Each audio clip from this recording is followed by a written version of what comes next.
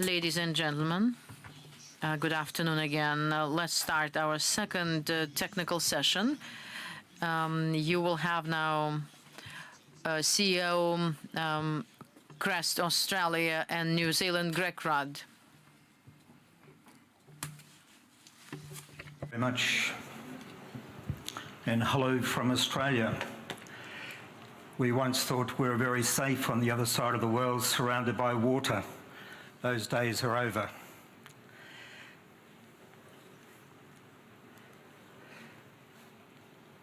I'll speak, and if I have time at the end, happy to take questions, but I'm around obviously for the next day and a half, so happy to talk to anyone during that time. By way of background, I was born on a dairy farm. As a kid, I thought milking cows with machines was sheer genius. A lot has happened in my short lifespan. Later, I was brought up under the threat of nuclear war. Today's children, of course, are being brought up under the threat of cyber war. Last year, when I was here, I talked about a new Cold War emerging in the world. In the old Cold War, when on the brink of nuclear holocaust, professional people, even though enemies, could pick up a phone and pull humanity back from the brink. Today we have code increasingly talking to code. 2 Boeing Maxes going down recently, Mark 8 hypersonic kinetic missiles that only allow 12-second response times. Professional people may not have time to pick up the phone any longer. We live in interesting times, we all know that. Yet when I read my first 5th century BC Greek tragedy and the comedies as a teenager, I was shocked and surprised because I realised that back then, 5th century BC, they were dealing with the same issues that we're dealing with today. Humanity is not a good learner. We often repeat our mistakes. Unlike algorithms, we have short lifespans, so we keep on repeating mistakes rather than moving forward all the time. Recent reports suggest we're still doing what we've always done, with cyber weapons being deployed even into critical infrastructure. All sides have been gaining practice in regards to doing this over the past decade plus. We're getting better at it, there's no doubt about that. And the internet has really only been around for a historical blink of the eye. So let's look at the heart of the present cyber challenge facing our global community, which is basically the planet we live on. What part does an international legal framework for cyber play? In a world where the powerful states you would want to be supportive of any such framework are potentially the main protagonists. My question is this: in this new reality, where we're increasingly building the tools for potentially a cybergeddon? It's possible, there's no doubt about that. It's even imaginable for a lot of people. That we would agree, implement and enforce an international framework and legislation for cyber and give it teeth with consequence. Do we have the will to do that? Do we have the purpose? Do we want to do that? Cyberspace is commonly called the Wild West. We've heard that a million times. Sorry, I should be clicking this.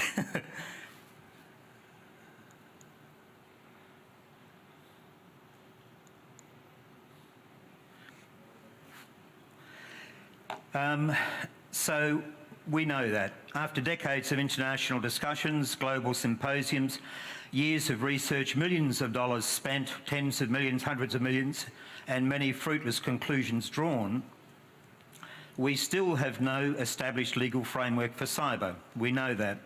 And the existing frameworks are fraught with challenges of application and interpretation. The speakers this morning have said that as well. There are no globally accepted standards for addressing or attributing cyber attacks or punishing cyber criminals. Powerful states, including Russia, China and the United States, have all participated in these ongoing efforts, at least in words. However, many negotiations were conducted from within the old boundaries and alliances that the world has lived in for a very long time, the old Cold War demarcations. The internet is borderless, as we know, with no geographic boundaries. Largely, 5 private sector companies control the internet. The governments are playing catch-up. Science fiction is increasingly becoming science fact.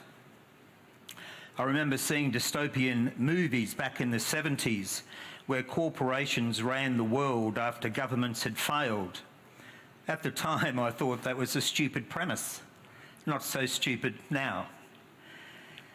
We have increasing sophistication of cyber attacks, greater use of tools already installed on the target and distribution via standard methods that can be difficult to identify as dangerous.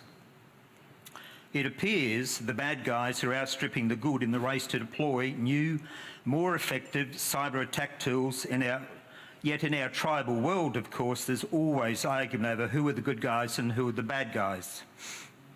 As I travel the world, and I have done for many years, I've found one-on-one I can get along with most people. Same with 2, 3, 4, 5, etc. But once the numbers increase, the differences rather than commonalities become more attractive. That's the way the world has been structured, both in politics and business. You don't form political parties to get along and cooperate with other political parties. Competition law in business is about competing, not collaborating. So it takes special people to rise above what the old systems have delivered for us today.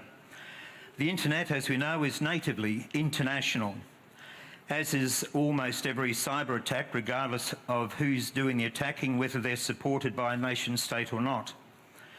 And when I talk about nation states, there's no innocence in this game. Everyone plays that game.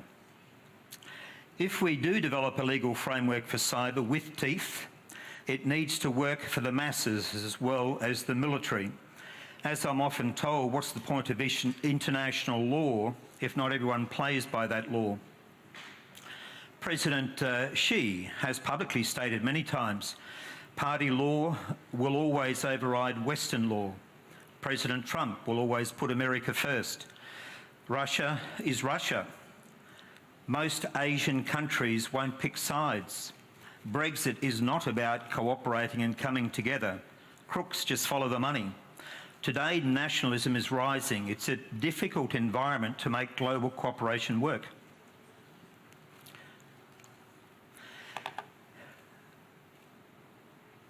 We see reports of new cyber attacks blasted across digital and traditional media every day. We're almost becoming desensitised by it. Cyber attacks are regularly successful, even when targeting some of the supposedly best protected defences. With digital assets making up more and more of the target's market value, investors, and not just governments, business and individuals, are taking a strong interest in knowing how well cyber threat is managed. The penny is slowly dropping all around the world and in boardrooms that in the digital world we're putting far too many eggs in one basket. These days you don't need to be a nation state, conduct corporate espionage or invest billions of dollars on R&D to pull off a nation state-like cyber attack. The reality is that anyone with a modicum of skill can stockpile their cyber attack goodies with a little online shopping or find something the NSA developed and left lying around.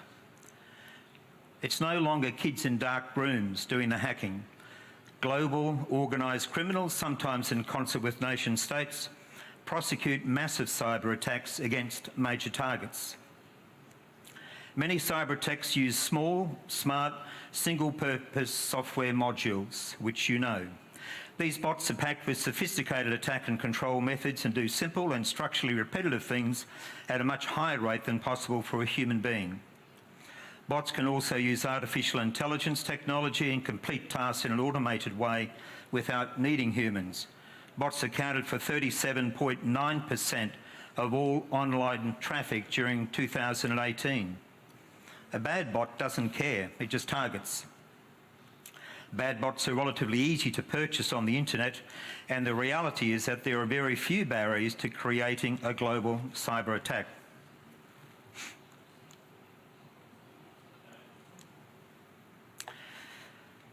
The role of laws and norms in determining malicious cyber activity need to be given greater attention. I think we all are on the same page with that. When I talk to politicians in a democratic world at least, and tell them that the model of parliamentary democracy needs to be improved and updated and upgraded, just like we upgrade software and hardware on our phones because it's logical, they all know that too. They all know that they're working with an old system.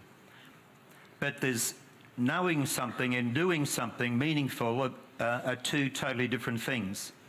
Self-interest has always been a powerful deliverer and driver. Political parties in particular are comfortable in their old-style parties. They're not comfortable in this new digital world. While some countries do have current laws about cyber conduct, other countries don't. In fact, some countries don't even yet identify hacking as a crime. This could be solved, for example, by more states aligning with the Budapest Convention on Cybercrime that has been mentioned a few times today. It can have teeth if we want, the same as we can improve the way governments run if we want. We can do a lot of things if we want. It's basically up to us to organise ourselves, no different from 5th century BC Grecian society. New proposals coming out of the Talon Manual 2.0 process, the process suggests the emergence of deterrence mechanisms through international law. So that's all good, but it's moving very slowly. This includes holding states to legal account when hackers are operating with impunity from within their territory or being directed by the state. In this scenario, a form of self-deterrence may emerge when governments realise that hackers pose risks to the states themselves. Most of us won't be shocked to learn that scholars and policymakers are considering categorising some types of cyber offence attacks as weapons of mass destruction. This is driven by the understanding that it's becoming far too easy for too many people to develop these offensive cyber attacks, buying things off the shelf without needing a huge amount of smarts or money. In the past, more traditional weapons of mass destruction have cost a significant amount of time and money and skills to develop. WMD are generally governed by strict standards and other sanctions. As we know, states go to war to remove WMD threats and create appropriate deterrence. But a cyber WMD is quite different. And if you combine it with artificial intelligence, commercially available drones, space in a satellite, not too hard to do these days, then something truly terrifying suddenly becomes very possible. Yet the temptation to stockpile cyber WMD must be significant for both economic reasons and also from a response perspective by all players on all sides of the fence. Humanity has always traded in war and in peace, two sides of the same coin. I don't see it stopping soon. There's that old Roman saying, if you want peace, prepare for war. And there are far too many military hawks flying in our global skies at the moment if you travel the world and talk to them. It's interesting the apparent ease with which certain types of cyber attacks can be attributed to nation states. We just had a very good session on attribution. In my home country, Australia, every time a government department or entities in their supply chain get hacked, in a very short order time frame, the attack is attributed to one of the powerful nation states that would normally appear in the top 5 of any best hackers list in the world. You know them all, primarily Russia, China, North Korea, Iran, etc. They just roll off people's lips. This at least says, by whoever's been hacked, we've been hacked by the best, as if that somehow gives them some way of not being so embarrassed by the fact that they've been hacked. But the good thing about our tribes that we live in around the world, and we all belong to tribes, is that there's always another tribe to blame. So attribution often becomes a blame game. The current approach to rapidly assigning attribution, and I mean rapidly assigning attribution, to a targeted nation state is suspicious at least, flawed at most. Attribution itself is being used as a tool. As one of the best hackers I've come across recently said to me, if we'd been hacked by any of the top 5, we wouldn't know unless they left a note behind to tell us. If cyber is a WMD, we all know that wars have been started over claims of stockpiling WMDs. We don't need a cyber war. I think we can all agree on that. Surely we're not that stupid.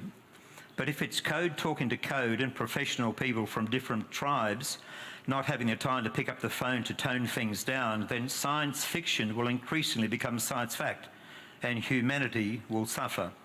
To help prevent this, we need more global effort in properly attributing and independently verifying. We all know this logo and name now well around the world. Huawei, not that long ago, I remember when they first came to Australia, they asked me to be their first chairman in Australia, and that 10 years ago. And I said, no one even knows the name. You might find a more suitable English name. And they thought about it for a while, and the Chinese don't often, I lived in Beijing for 5 years, don't often have what would be a standard sense of humour. But they thought about it in a marketing meeting, came back to me and said, Mr. Rudd, how about we don't call ourselves Huawei? Because you said people don't know who we are, so we call ourselves Who Are We? Which I thought for Chinese showed a great sense of humour at the time. Now, this is an interesting case, of course. In many ways, the horse has already bolted, as we know. Everything is so intertwined in the digital world.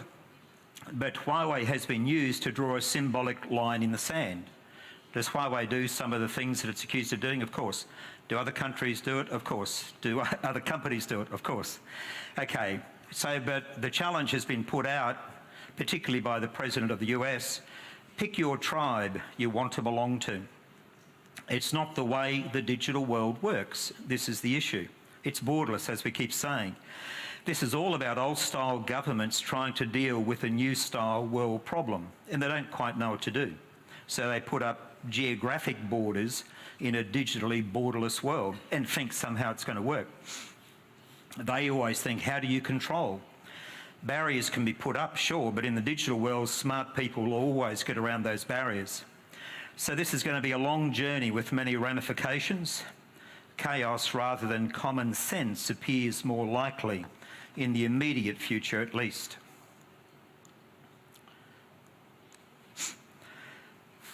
These are the existing laws. We all sort of know those in many ways, so I won't go over those again.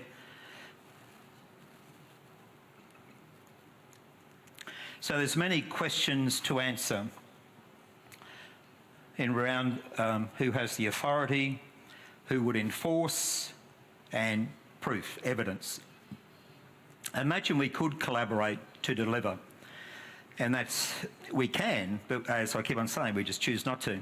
But if we could collaborate to deliver international cyber norms implemented nationally, or as been said a few times today, a United Nations cyber treaty. And if you've ever had anything to do with the United Nations, that wouldn't inspire you with a great lot of hope for the future. Perhaps an international legal framework for cyber. Who do we make responsible for implementing cyber law? Who would issue the rules and regulations to put that law into effect? How would we ensure that digital citizens, rather than nation states and their associates, comply with that law? It's a very, very difficult process. It's difficult to attribute. I imagine it would be much harder to attribute with evidence that would stand up, for example, in the International Court of Justice. But by the same token, it still might slow down some of the inflammatory, self-serving attributions that seem to have become the norm today. So, big question, who could and who would abide by international law? You talked, when I knew I was doing this presentation, as I moved around, I spoke to a lot of ambassadors from different countries all over the world. And I said, so do you think it's possible to have international, a cyber law for internationally that will regulate cybercrime and stop killing ourselves and blowing us up? And it was just a roll of the eyes, and they said, virtually to a T in different ways, international law is sluggish, it rarely works, and why do international law when the bad guys, and depending on who you talk to, the bad guys are, don't abide by the rules? So, a long journey ahead is the bottom line. Just some related trends. Again, that's nothing new. She's gone, as you well know. There's a big turnover rate in the US in certain positions. Okay, the internet, we all know this, users are just growing at the rate of knots. Even buddies of mine, I always talk to people who travel all over the world, but not necessarily travel at the high end, but who travel, they're addicted travellers, they travel at the low end. But they tell me wherever they are, in Morocco, Bangladesh, whatever mountain village, whatever, everyone's got their phones. They might not have much else, but they got their phones.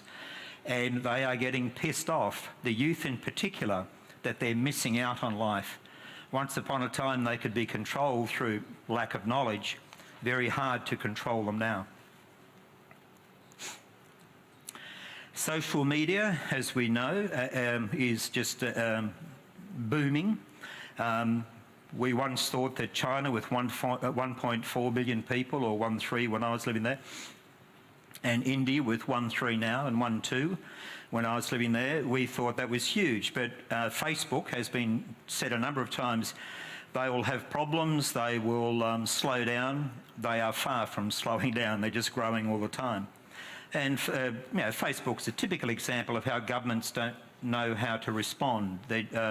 For example, the Facebook digital currency. Now, they must have been working on that for a long time, only announced, of course, in the last few days. Governments are already pushing back, saying only sovereign governments can allocate currency, so they're pushing back straight away. Governments are always playing catch-up, that's the whole problem. And governments even move faster than creating laws, so that's the next ongoing issue, of course. So this is just in my lifetime. As a kid at university, I was always in the library. I thought it was very schmick when we got our first home office. And now, of course, we all walk around with a supercomputer in our pockets and think it's normal. The first iPhone came out in 2007, as you know. That was the same year my brother briefly became Prime Minister of Australia. I told him this was the very beginning of the end, when that first iPhone came out, of controlling populations by top-down messaging. This is very important in the world in terms of what's happening now and over the last 10 years.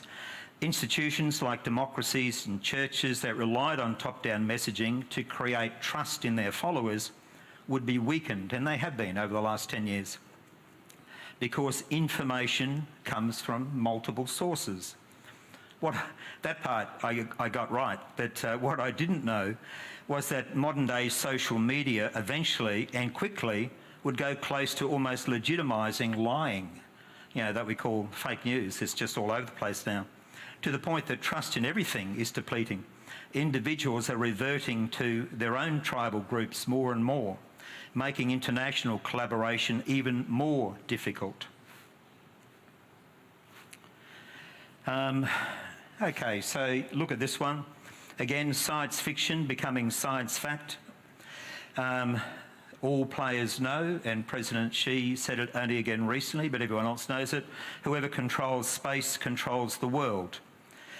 I'm reliably told by unreliable sources, because they don't always get it right from around the world, that anywhere between paying $30,000 US and $100,000 US, you can buy component parts online and hitch a ride on a payload and put your own satellite in space. So I asked this simple question. If you have to have a licence to drive a car, you'd assume you'd need to have a licence to put a satellite in space. We're sort of slightly behind in terms of regulation.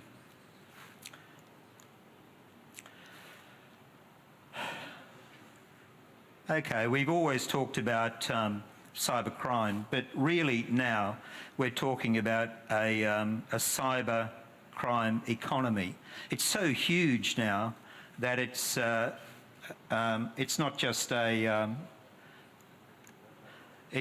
something that you can say is something off to the side. It's legitimate. You talk to cyber criminals, cyber guys who run these things, and I've spoken to some around the world. They see themselves just like you and I. They just have decided to walk on a different side of the line. They don't see themselves as evil or anything like that. They just say to me, Greg, we can make a shitload of money doing this with not a lot of expense in terms of what you've got to spend establishing traditional businesses. So this is not going to go away. It's just going to get bigger and bigger.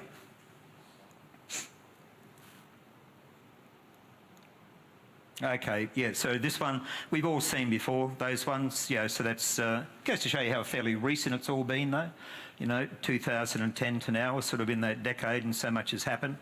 Once upon a time, a decade would go by and not much would change. Now the attackers, of course, are doing more than just stealing data. They can take control of and change their target and do damage to the target's supply chain as well. A lot of these efforts seem to be practice, of course, for bigger things to come. Okay, this is our rather smart predecessor who says something smart and obvious. We can't solve our problems with the same thinking we used when we created them. So by that it simply means old-style politicians and bureaucrats won't find the solutions that we've been looking for, that every speaker has been talking about today, unless they bring in smarter, younger, less old-style thinking people into their spectrum. And a lot of the political parties all over the world, doesn't matter what style of government, don't want to do that because they're happy with their current systems. So we need new thinking, obviously. We need new leaders, but not just political leaders. We need new leaders in all walks of life. If you've been to the RSA conference, I'm sure a lot of you have, in San Francisco. I remember I was there, I've been there over the last sort of 5 or 6 years, but last year, sort of the head of Microsoft and a few other dudes were sort of chatting just in a small group. And I was sort of off to the side talking to someone else, but I heard them say, they said, if governments can't get their shit together, we might have to do something ourselves. So, where do we end? Solutions or steps? Okay, I've got 1 minute 54. Independent global body to verify attribution is needed. Market and not left up to governments. Has to be independent, has to be worldly, globally recognised. Market-driven standards alignment, we all know we need that. State-led governance, we need that. And consider treating cyber as an offensive weapon. I'll finish on this in the last little bit, and I've told this story to a few people last year and this year. As a hobby, I also write novels, fiction.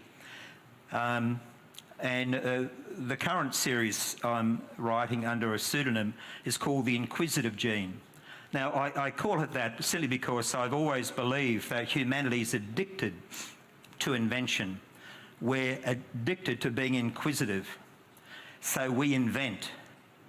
But we don't spend enough time, or a lot of time, any time, on thinking about the consequences of our invention. So we sweep up afterwards. You can go right back in history and hear so many times, not just the invention of the atomic bomb, go way back, the guy who invented the Gatling gun, you know, he said, I'm going to make a weapon so horrible that no one will want to go to war again, you know, so none of that works. We're always inventing and then cleaning up, and we can't help ourselves, particularly when there's money involved. So the very last thing I'll say is this. We live in a world where peace and harmony has never been there. We always search for peace and harmony, but at the end of the day, you only have to look at our literature, the novels we write and read, plays, films. If I did a whole series of films where just everyone got along with each other and smiled and were happy, and it was joy the whole way through, everyone would walk out about a quarter of the way through. It's in our DNA, our nature. We like tension. We like contrast. We do everything. That's why we have 2 words in every description: good, bad, ugly, beautiful. It's the contrast between all those things that help us as human beings make sense of our relationships. Imagine being in a relationship with a partner where everything was just sweet and pleasant all the time. It'll drive everyone crazy. Everyone needs tension. Now, I'll finish by this simple line, which is the art of being a civilised society, is to understand that we need tension, but it has to be creative tension, and the art of being civilised is finding ways to not let that creative tension spill over to uncontrolled and negative conflict. Thank you very much.